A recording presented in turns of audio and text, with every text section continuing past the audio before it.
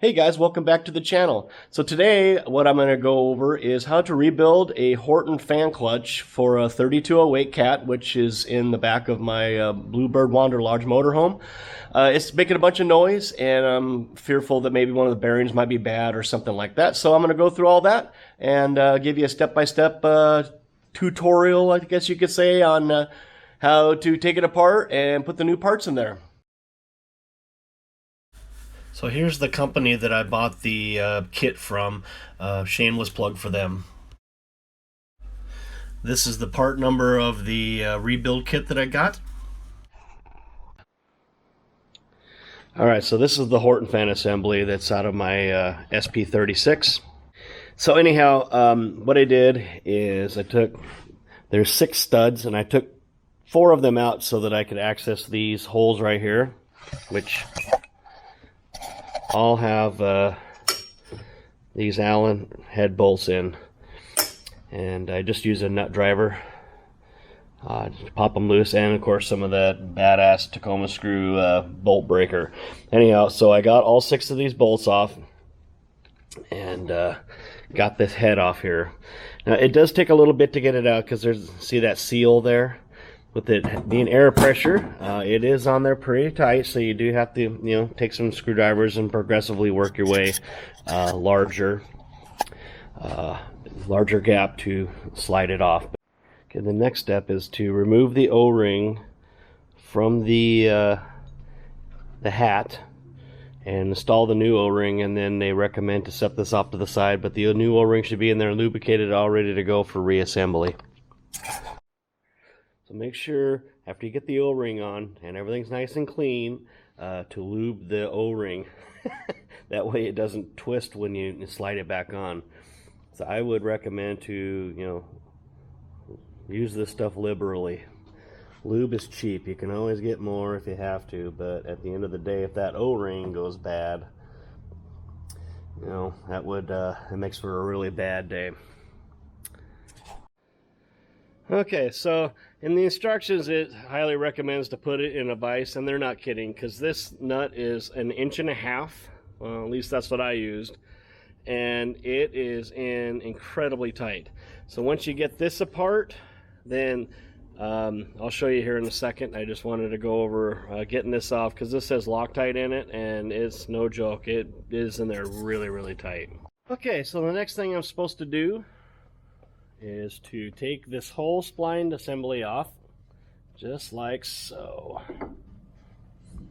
This is the hub assembly. But depending on the kit you get, sometimes you replace this and sometimes you don't. I haven't looked through my kit yet, so I'm just I'm learning as I go here. And then of course this all comes off as well as a whole unit. There's the bearing and the splines and all that. Ooh, that doesn't look very happy. Okay, once you get that off, this is a spacer. And they recommend to hang on to this because this is what sets your tolerances for the between the hub and the bearing. So I'm going to hang on to this. It says to hang on to that. Then off comes this whole deal. And come on, baby. Oh, come on. All right. And there we go. There's obviously where the belts go and all that. And so I believe, if I'm not mistaken, the next step is to press these bearings out. Next thing to note is this is a bearing, and on the other side over here is a bearing. And in between there is on some models is a spacer. Not on all of them, but some of them have a shim between there, and you got to make sure that which direction it faces, and B, that it goes back in that direction, or it can really cause some serious problems. Just something to note if you're playing along the home. Alright, so I got the new bearings pressed in. Really straightforward little deal. They're just 2 regular old roller bearing like any axle bearing. Actually, surprisingly, it went in and out pretty damn easy. So alright, so I got that mounted back on the hub, and we're going to start assembling this thing. Okay, so I got a little ahead of myself. I got to replace the friction ring first. This is essentially like, it almost feels like a clutch material or a brake material. So anyhow, I gotta take these 6 bolts off and then bolt the new one on there, and then I'm pretty sure I can go ahead and put it back on the spindle.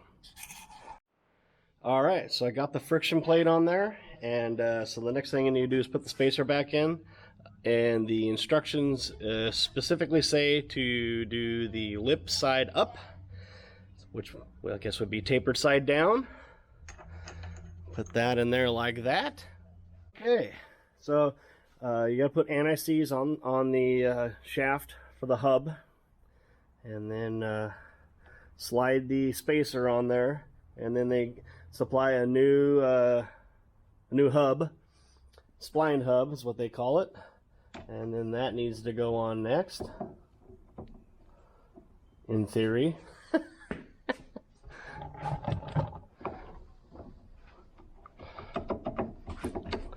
There it goes. Sweet. Just like that. Just like any other surface that has friction material, I always like to wash these off. Brake rotors, drums, flywheels, whatever it is, I always like to clean it off so that way it doesn't make any noise. Just some good old brake cleaner and a rag. All it takes.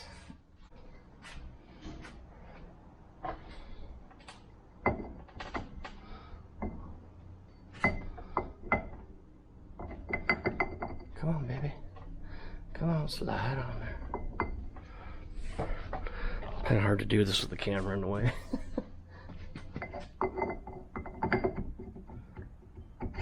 There we go, just like that. Oh, hell yeah. Look at that, that's beautiful. Sweet. Okay, so the next portion of this is getting the air cartridge out to replace the O-rings.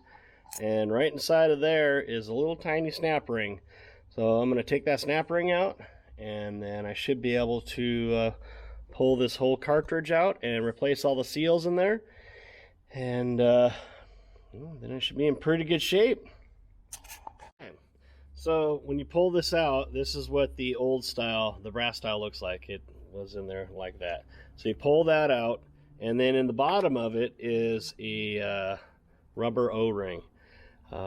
They want to remove this as well because the new style, which, like it or not, has 2 O-rings, but it's plastic. Good, bad, or indifferent, and that just slides in there like so. So put lots of lube on it. Good thing they give you a large tube to use. You slide it in there like so. Should be good to go. Okay. So this O-ring is curved, and so what they want to do is to install the downside of the curve towards the